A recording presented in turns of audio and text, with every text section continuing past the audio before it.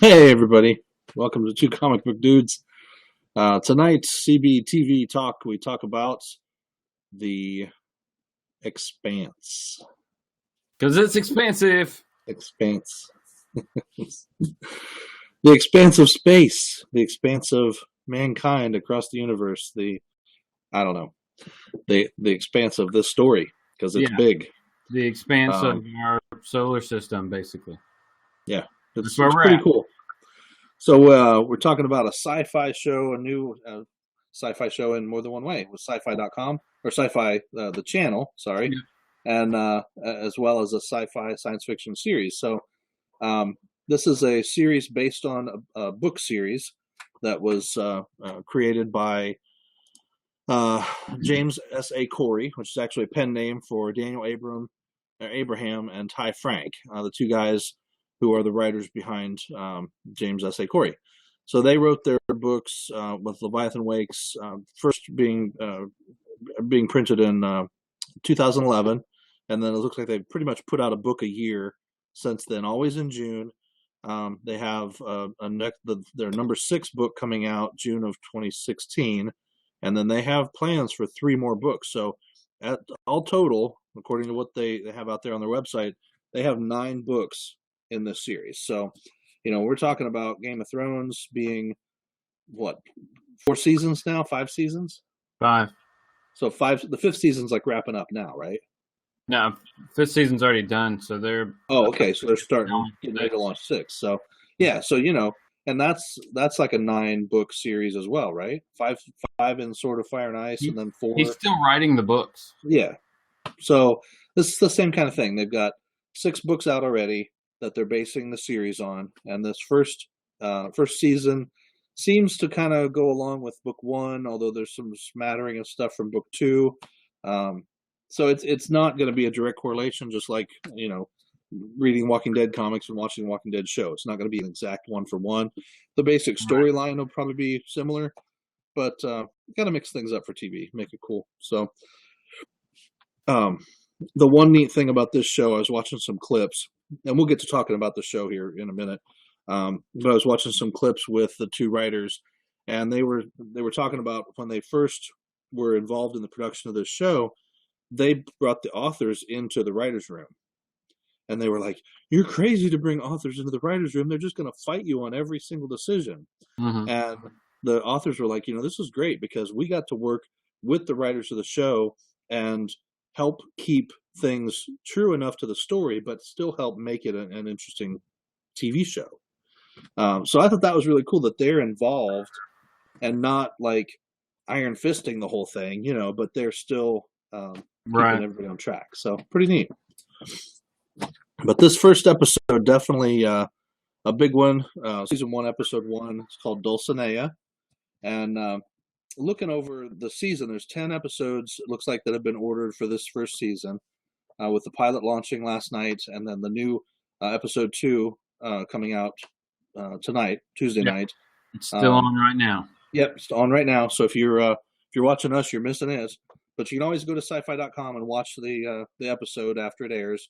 So that'll be my thing next. I'll be watching episode 2, and we'll do a show on that one as well. Um, but there's like 3 main stories that are kind of going on. So it's like a 3-pronged attack, right? 3 stories. Factions. Yeah. Well, there is, because there's Earth. Yep. Earth is ruled by the UN, Yep. and there's Mars, and it's a military power all unto itself. And Imagine then that. A place called yeah, Mars being about the military, man. weird Who Mars, would God of fuck it? War. Yeah, amazing. And then there's the belt, the asteroid belt between Earth and Mars, and that's where the Belchers live. And Belchers. it's really kind of the resource gathering group. They're the blue collar workers that support Right. the other 2 factions. So But the Martians are called dusters right, right. because That's it's kind of cool. dusty. Yep. So Hey, there's Earthers and Dusters and Belchers. So right. it's pretty cool. So we start out this episode with an introduction to Julie, and it's a brief introduction, but you kind of see that she's on the ship, and you can see on her suit on the back, it's called the Scopuli. Um, And at first I thought maybe she was a prisoner. Mm-hmm. But then I was like, well, no, it looks like a shipping container or something that she was trapped in. But she comes out to pretty much an empty ship. There's like nobody there. Although she hears some fighting and stuff going on while she's in the crate, and then she busts out and she finds, But we're led to believe that she'd been in that crate for a long time. Yeah, because she's out of water. Like her last 2 drops of water, all that's left. And she's like, water, So, and that's one of the things they talk about, because I think it's 2365, right? Or the 23rd century. 23rd century. So Earth, Mars, and the Belt are all kind of on the brink of war. And as the credits are running in the beginning, it says, it'll only take a little spark. Mm-hmm. And that's really what this episode is about. This episode is striking that match, not just scraping the sulfur off and putting it in your coffee. Yeah. And potentially at the end of this episode, we did see that spark. So Yes. And we are, if you haven't watched the first episode, you probably don't want to watch this, because we are probably going to spoil this episode, because it's just so good. There's so much to talk about. Right. And since like episode 2 is out right now, like if you missed episode 1 yesterday, they throw it at us like this, so we got to talk about it. Yep. So one of the big things in this, the interesting part about Julie is kind of what she sees at the end of her little beginning session there. So that first scene, she walks down the hallway, she comes to engineering, and the generator, not the generator, but the engine, basically. The engine for the ship. Yep, the reactor. That's what it is. That's what I was thinking of. And she looks at the reactor, and it's glowing blue, and it's got little like pustules on it or something. Mm-hmm. And she sees some guy like getting absorbed into the reactor. Yeah. And I was like, what in the world is causing that? And then she screams, and then we cut to the credits. So Julie on the ship, who is she? We don't know yet at this point in the show.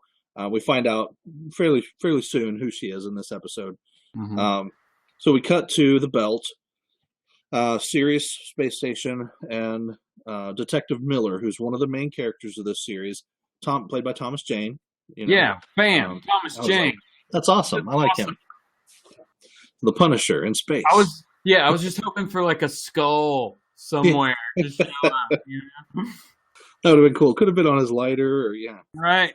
So it's pretty cool. But yeah, I like him as an actor. He's played some great parts, and this character of Detective Miller is really an interesting character, because he's kind of like a good bad guy. He's a cop, but he's kind of like a gritty cop. He does what he needs to do to get things done. He doesn't really care what people think about him. He doesn't have a lot of relationships. You can tell a lot of the things that happened during this episode. And he's handed this dirty jobs. He's given his dirty job off the books by, I guess it's the captain. Yep. And it's a retrieval job, we'll say, right? And he's supposed to find Juliet Andromeda Mao, also known as Julie, the girl from the beginning scenes of the show. So we know him and this Julie are going to interact somehow. Mm-hmm. She's important, obviously a key character. Somebody on Earth is doing a favor for somebody to try to get her back. So we find out she's been part of some groups that are protesting different things, like rights activists for whatever. So makes them sound like crazy hippies.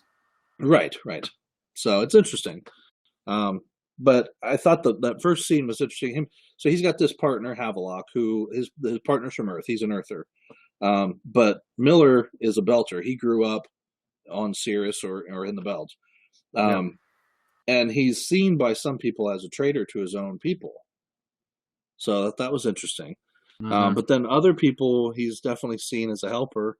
When he goes to help the girl, the prostitute, I'm guessing, he kind of is in touch with the people of the Belt. Right. But then also there's others who he's kind of working with, but taking payoffs from and allowing them to get by with things. So, he takes bribes, he roughs up perps, he, smokes and drinks. Well, he doesn't smoke, does he? He drinks, pretty much does whatever he wants. Yep. So it's interesting. But he gets this mission to retrieve Julie Mao. Then we cut to the Canterbury, which is a freighter, a salvage ship out collecting ice. Right, it's an ice barge, Right. ice freighter. Got a big ice bay. Year.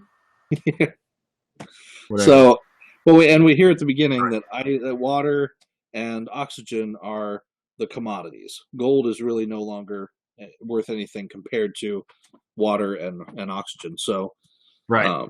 Obviously, belt. Yeah. So an ice freighter that's heavy duty booty. Money. Yeah. Heavy duty booty. So space pirates and all that stuff, they're definitely wary of anybody out there. We meet Jim Holden, who is the first or the second officer of the Canterbury, and he seems to be kind of a go-to guy. He kind of knows everybody, and everybody knows him, but he really doesn't want to get involved. He just kind of wants to hang where he's at. He wants to do his own thing. He doesn't want to be leadership, but he doesn't want to be a grunt. He just wants to sit there in middle management, just cruise. You got Paj, who really, I guess, doesn't matter, but he loses an arm, which is kind of cool in the beginning, that scene. He gets his arm ripped off by the ice. And then he's like, hey, I get a fake arm. I want a robotic arm with all this stuff. And it's going to be awesome. Yeah, but they talk about how the company will try to screw him out of a good arm. And, so there's definitely some animosity at the company. It's a typical, big corporation doesn't really care about the little guy. So they're kind of setting the stage with some of that stuff. We meet a few of the other characters throughout this episode, and we can talk about them later. But Naomi, Alex, Amos, and Shed, the four of them and Holden really become a stronger team as we move forward. So there's a distress call to the Canterbury, and it's out in the middle of nowhere, 2 days flight from where they are. And the captain makes a decision that, if they take that flight to go check out this distress call, which is probably pirate bait anyway, then they'll miss their berth at Sirius. They won't get their on-time pay, and so they should just continue on and purge the logs. So they do. Holden stands up for him in that, and McDowell, the captain's like, "Thanks for standing up to me," and stand up for me. And he says, "No, that just means that I wanted to get to Sirius worse than you did." Yeah. So, we forgot to talk about the EXO thing. So the EXO, the first officer, went crazy. Probably all the stuff that he was doing in Breaking Bad, too much meth. Yeah. So, he went space crazy. Yeah, he'd been talking to his plants for about 6 months, they said. So, he gets taken away, and Holden basically gets kind of forced into the acting EXO, in title at least, job. So, right. Later that night, there's just kind of a falling out between him and his girlfriend, who really wants to get off of the ship and kind of get out of this life. So he's the navigator. Right. Which he shouldn't be fraternizing with. And he goes and takes over watch, basically, for somebody else. And he pulls up that distress call out of the logs, and he starts looking at it, listening to it, and kind of fine-tuning the sound. And he can hear somebody asking for help. Right.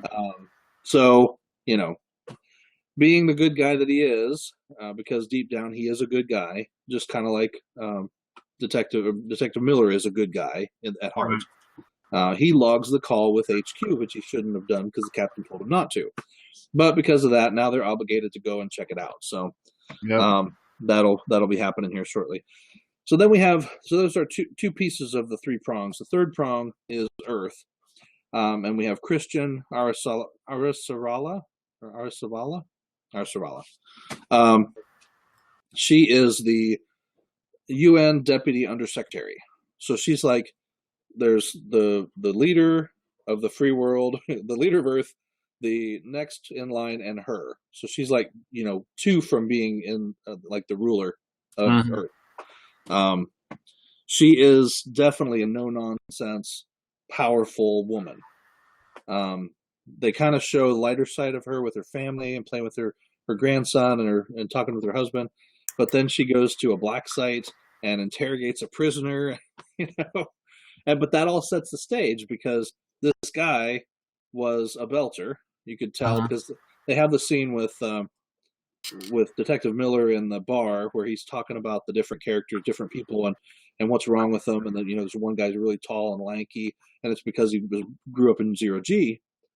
And so we see this guy is lanky. He's hanging on these hooks on the wall, and he's soaking wet, but he's thin and lanky. And she talks about how the gravity of a real planet is crushing you. I thought that was interesting. Oh yeah, yeah. Like, and you see that everybody's got like, it's kind of a Total Recall feel in some of these places where people have different deformities and things like that from medications they received and growth, their hormones and stuff. Oh yeah, children and stuff. So everybody's got something different going on.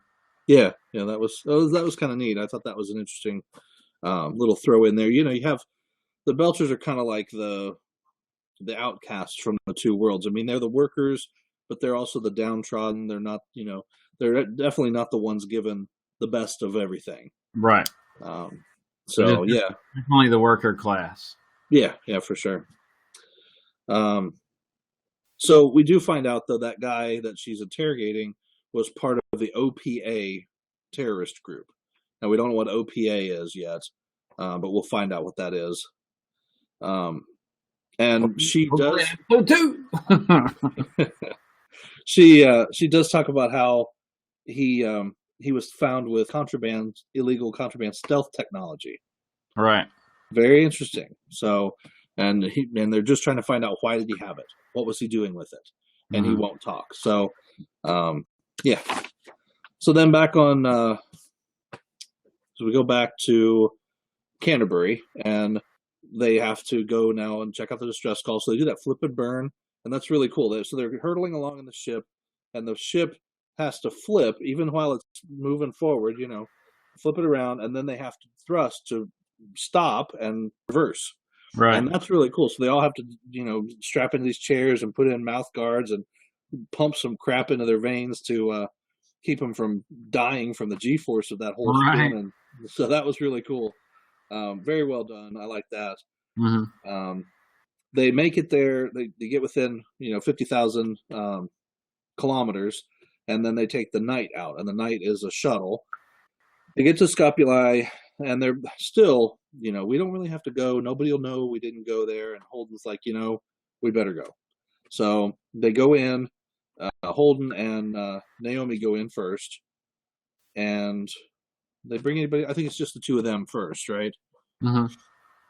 So they go in, and then they. Oh no, Holden and the other guy, Amos. He's kind of the soldier guy. He's got the big gun, so he's there for protection.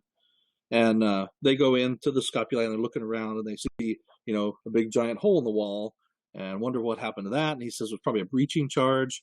So we know it was piratey something going on, or made to look like pirates, or something happened there. So, but they are told there's no other ships within a million kilometers, a million clicks of their space. So they're not concerned about pirates or anything.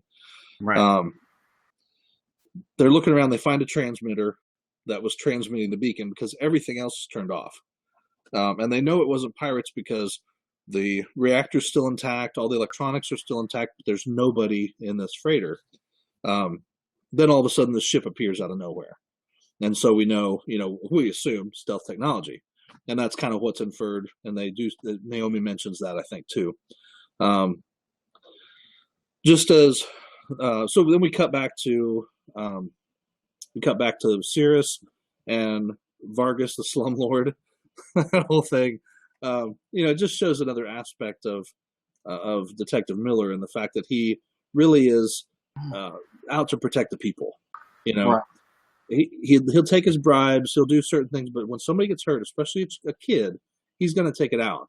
And he takes Vargas and he throws him in an airlock and shuts the air off. The guy's like, the air is good, air is nice. Yeah. Make sure the filters are clean. That's right.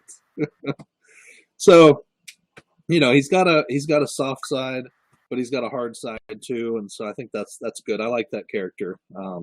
Definitely like Thomas Jane playing that too. So, oh yeah. And then we flip back to Canterbury, and the night. And so, this big ship pops out of nowhere.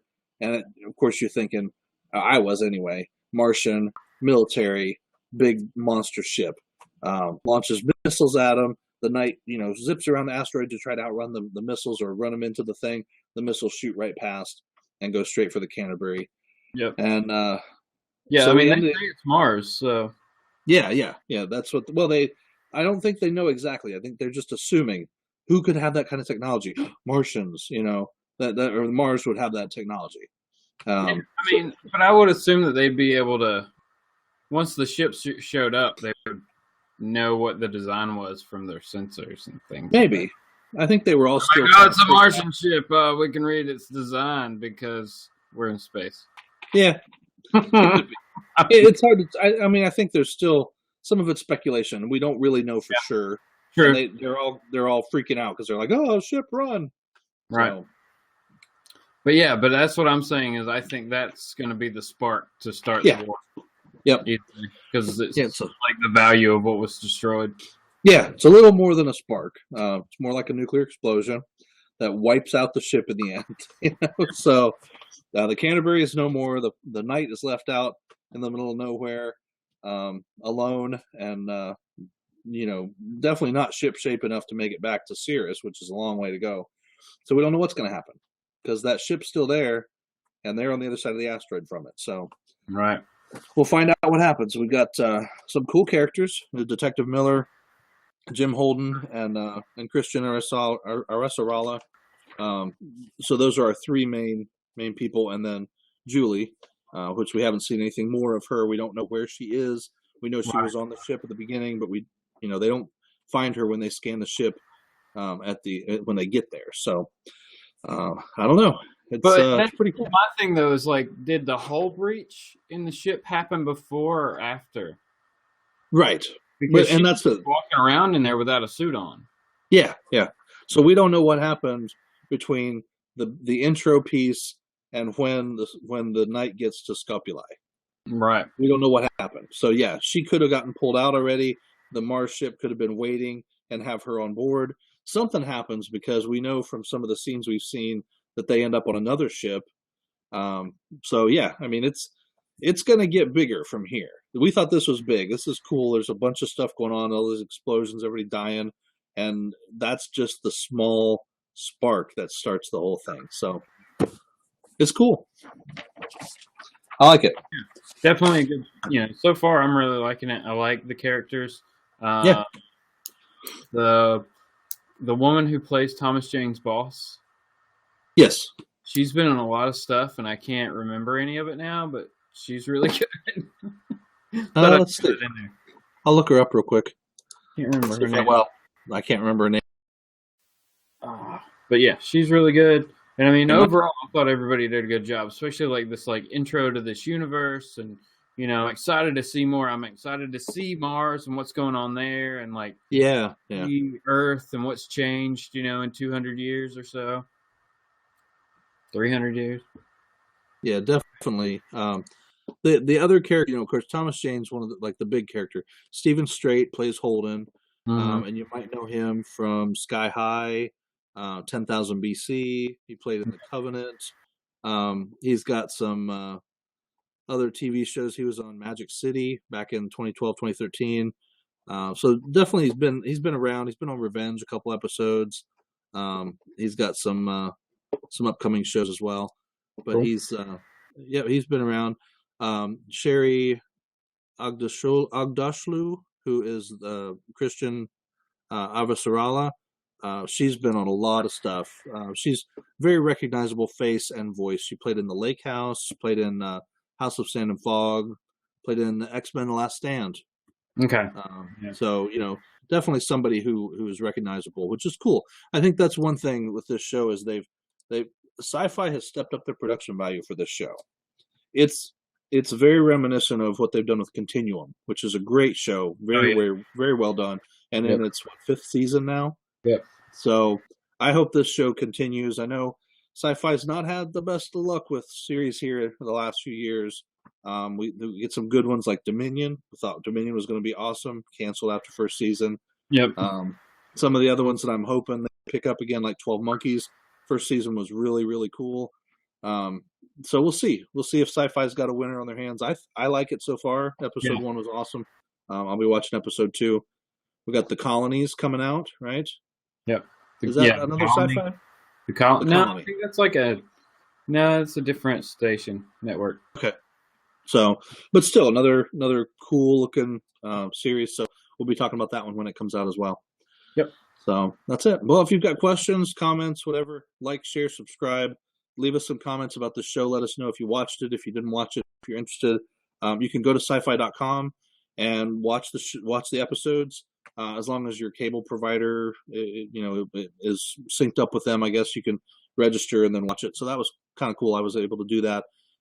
There's another great series on SyFy right now, Childhood's End. If you're an Arthur C. Clarke fan, you like sci-fi, classic science fiction, Childhood's End, awesome. Really, really good. 6-episode series, I believe, like a mini series. It's going to be an excellent show. So good stuff. Yeah.